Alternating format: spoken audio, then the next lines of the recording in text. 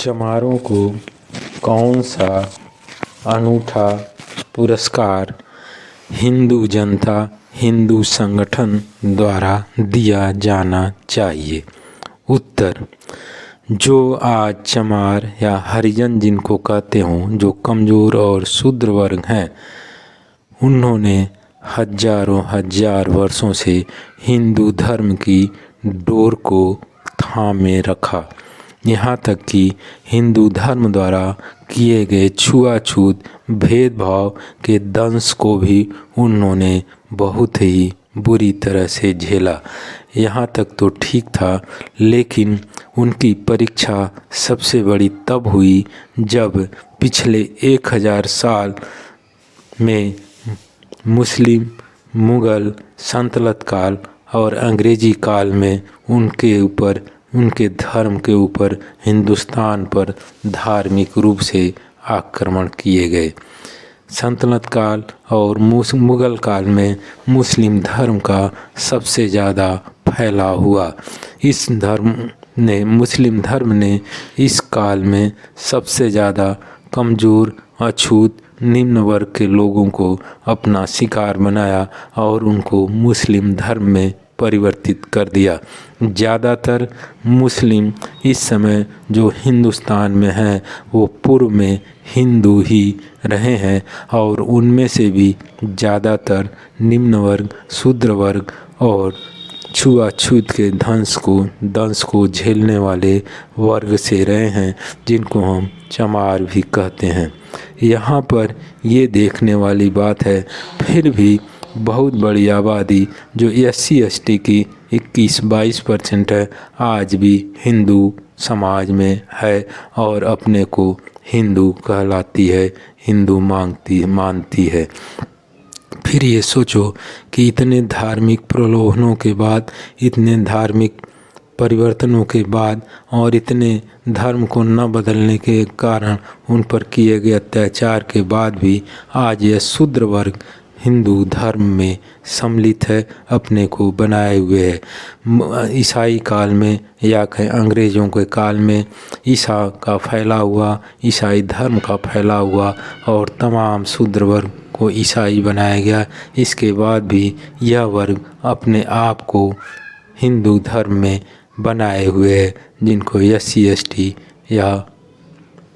कहा जाता है। और इसमें यदि एक सिंबल दिया जाए तो इनको हमारी भाषाओं में शूद्र वर्ग या चमार भी कहा गया है। अब देखने की बात है, इतने झंझावात, इतने प्रलोभन, इतने अत्याचार अपने ही धर्म के द्वारा दिए गए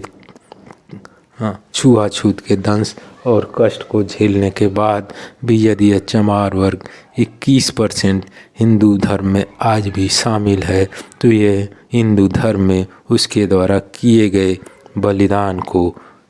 कम नहीं किया जा सकता है। अगर ये हिंदू धर्म में से 21% चमार या शूद्र वर्ग निकल जाए तो आज हिंदुस्तान में SC ST और मुस्लिम धर्म को मिला करके 42% हो जाते हैं, जो कि लोकतंत्र में सत्ता को बदलने में पूरी तरह से सक्षम है। और ऐसी स्थिति में हिंदू और हिंदुस्तान का सपना भी बिखर जाएगा कि यह एक हिंदुओं का देश है, यह मुस्लिमों और शूद्रों का देश बन जाएगा। और यदि ईसाई वर्ग जुड़ गया तो यह मुस्लिमों, शूद्रों और ईसाइयों का देश होगा। उनकी सत्ता होगी, उनका शासन होगा, उनकी मिलिट्री होगी और उनका प्रभुत्व होगा। लेकिन इतना सब होने के बाद भी यदि हरिजन वर्ग हिंदू वर्ग में आज भी शामिल है तो यह काबिल तारीफ़ है। यह सोचने वाली बात है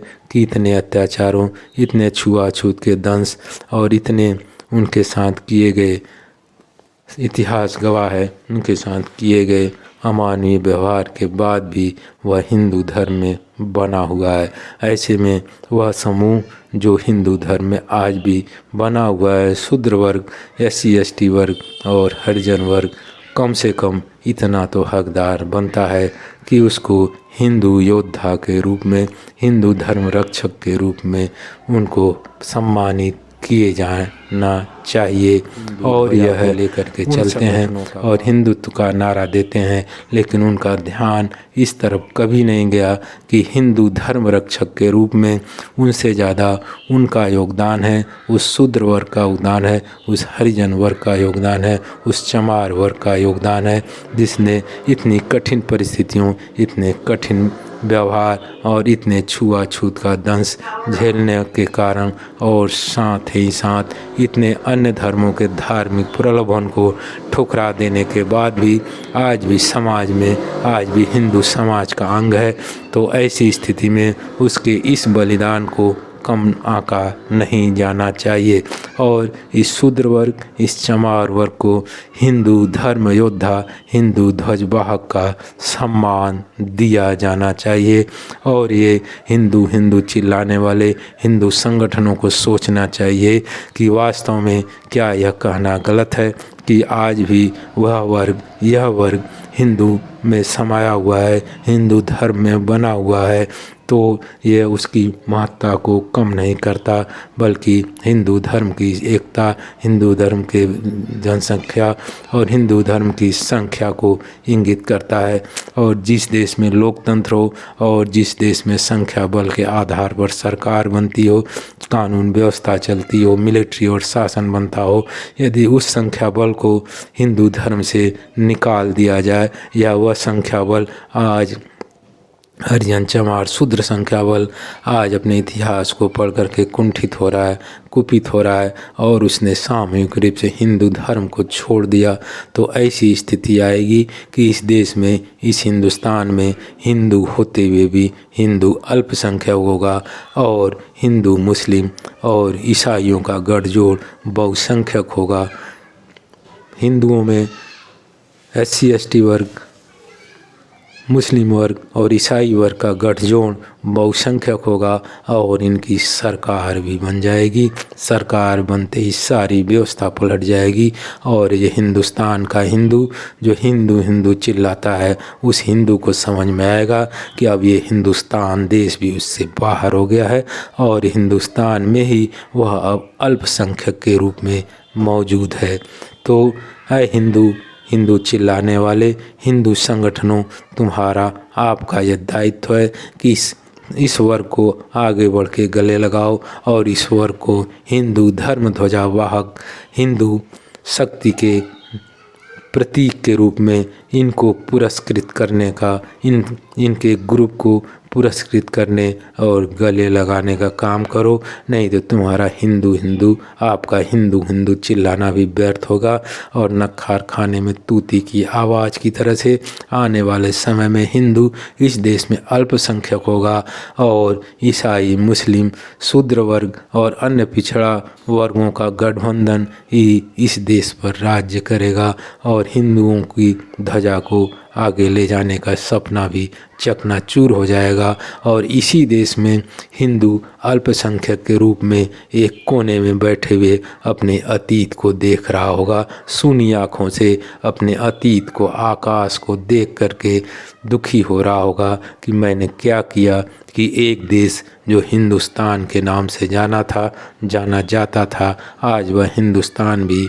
आज उस हिंदुस्तान में भी हिंदू अल्पसंख्यक के रूप में मौजूद हैं। मेरी बातों को गंभीरता से विचार करना और ये सोचना कि इतिहास की कहीं सबसे बड़ी भूल इस वर्ग के, इस हिंदू समाज से बाहर चले जाने से ना हो जाए और इस भूल को परमाजित करने, इस भूल को आगे दोहराने से पहले अच्छा है कि हिंदू हिंदू चिल्लाने वाले हिंदू संगठनों आगे बढ़ो और इस वर्ग को सम्मानित करते हुए अपने गले से लगाओ। यही हिंदू धर्म को और हिंदू समाज को अल्पसंख्यक, बहुसंख्यक से अल्पसंख्यक होने और उससे अल्पसंख्यक की गिनती में आने और हिंदुओं का सपना हिंदू देश का बनाना, इसको चकनाचूर होने से बचाना है। तो इन बातों को गंभीरता से मनन करके निष्पक्ष रूप से और अगले पिछड़े और उच्च वर्ग, निम्न वर्ग की भावना से न देख करके इस भावना से देखना कि कहीं हम उस पथ पर तो नहीं चल रहे हैं कि हिंदुस्तान में हिंदू अल्पसंख्यक होकर रह जाए। ओम नमः शिवाय, ओम नमः शिवाय, ओम नमः शिवाय।